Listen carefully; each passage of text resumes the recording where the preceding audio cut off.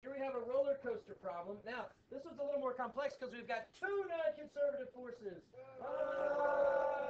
All right, so we have potential energy at the beginning. We've got potential energy at the end. We've got kinetic energy at the beginning. We've got kinetic energy at the end. Are they going to be equal?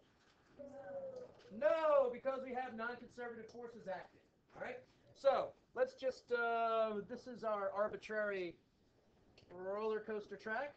All right, it starts at a height equal to 5 meters, and it ends at a height of 20 meters. All right, so our point A is here at 5 meters.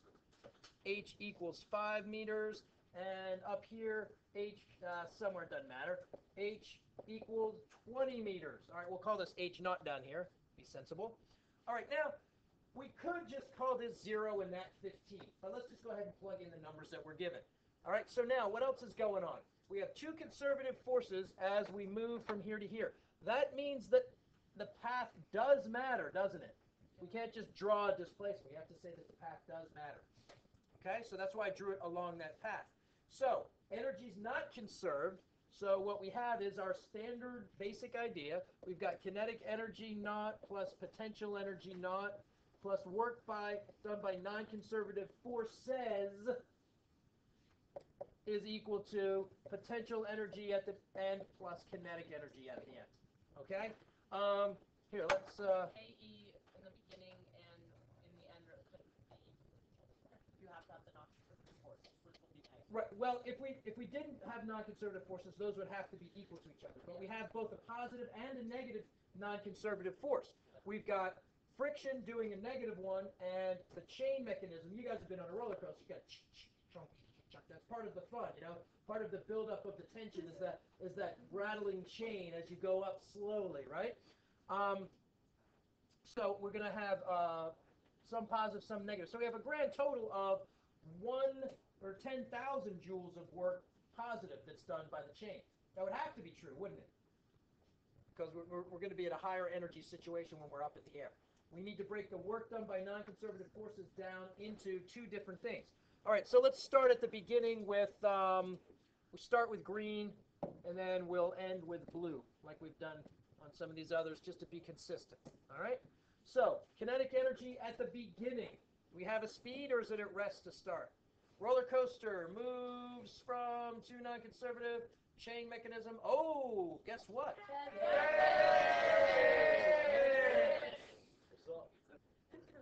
So that was a cheer for Kevin, who is our standard office delivery man, and we've become quite attached. All right, so now what we're looking for, we don't have kinetic energy at the beginning, do we? We don't have kinetic energy at the end. So, but what we're looking for is change in kinetic energy. So we'll do final minus initial, and we'll put that on one side. Okay? So what we're going to say is that's what we're looking for, and we'll do that in a new color. So KE minus KE naught, which is what we're solving for. So how did we get that? We left this here, we subtracted this to get it over here, so that's going to be equal to this minus this. Everybody okay with that? The algebra? So KE minus KE naught is going to be equal to potential energy final, it's going to be equal potential energy initial. PE naught plus the work done by non-conservative forces. Let's go ahead and break that up now into the two non-conservative forces. Right, we have work done by friction, and we have work done by the chain mechanism. All right, I'm going to make that an M because we've used C for conservative forces. So work done by M, the mechanism, minus what? Minus PE. Minus PE final. Good distinction. Okay? So again, remembering before that we had the general idea that change in kinetic energy is going to be the negative of the change in potential energy. Remember we've talked about that before?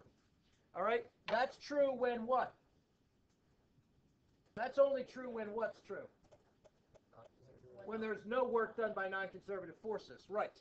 All right? So we'll just make that a little thing we got off to the side. That's not true in this case because we've got the work done by the non-conservative forces. But PE naught minus PE is the negative of PE minus PE naught, which would be delta PE. Right? That's a lot of letters and things thrown. So in other words, the PE minus PE, PE naught minus PE. What is delta PE? What is delta anything? Final minus initial. So we take initial minus final, it's the negative of final minus initial. All right? So now we got this thing that we're looking for, which is KE minus K. Let's do it right. We'll just call it delta KE, right? Delta kinetic energy is equal to PE naught minus PE plus work done by the mechanism minus the work done by friction. But I'm going to say plus because we're going to plug in a negative number, right? So the two work, the variables are derived from the work of non-conservative force. Well, we've got numbers for those. The variable that we're trying to solve for is this right here, change in kinetic energy.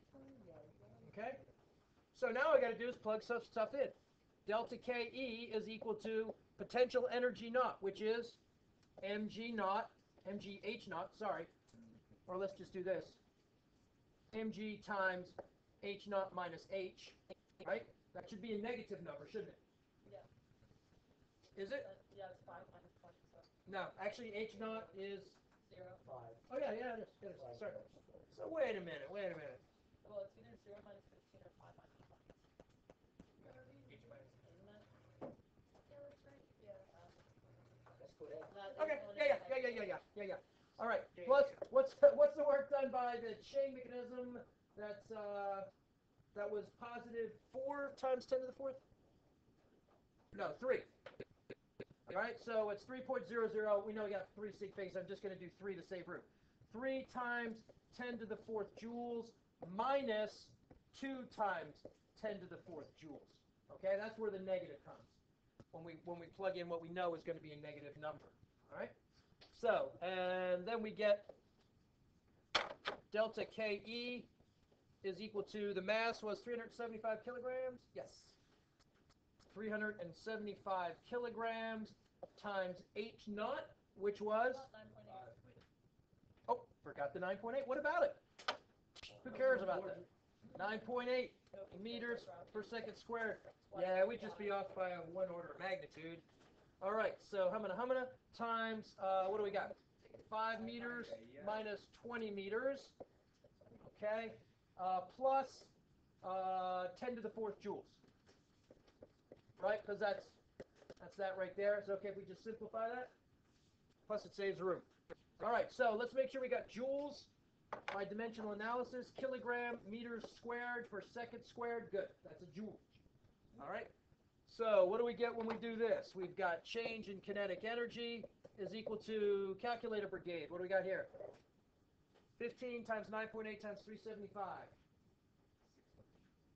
How much? You're just making it up. 15 times 375, 621. Make it a good guess. Anybody? I'm doing it. 55,000 what? I got negative 45125. I'm going to pause while we do this. All right, this turns out to be negative 55125 joules plus 10 to the 4th joules. All right, so what's 10 to the 4th? That's 10,000. Does that mean we've slowed down or sped up? Yeah, change in kinetic energy is negative, isn't it? We must have slowed down. All right, we'll just make sure that we get this straight. So what do we got for sig figs? 3 sig figs, don't we? Yeah, here's 3, here's 3, here's 3, here's 3. Yeah, and 5.0. All right, so what would we say? We'd say delta KE is equal to negative 5.51 times 10 to the 4th joules. Negative, oh yeah, sorry about that, 4.5. Thank you. All right, there we go. That's our answer.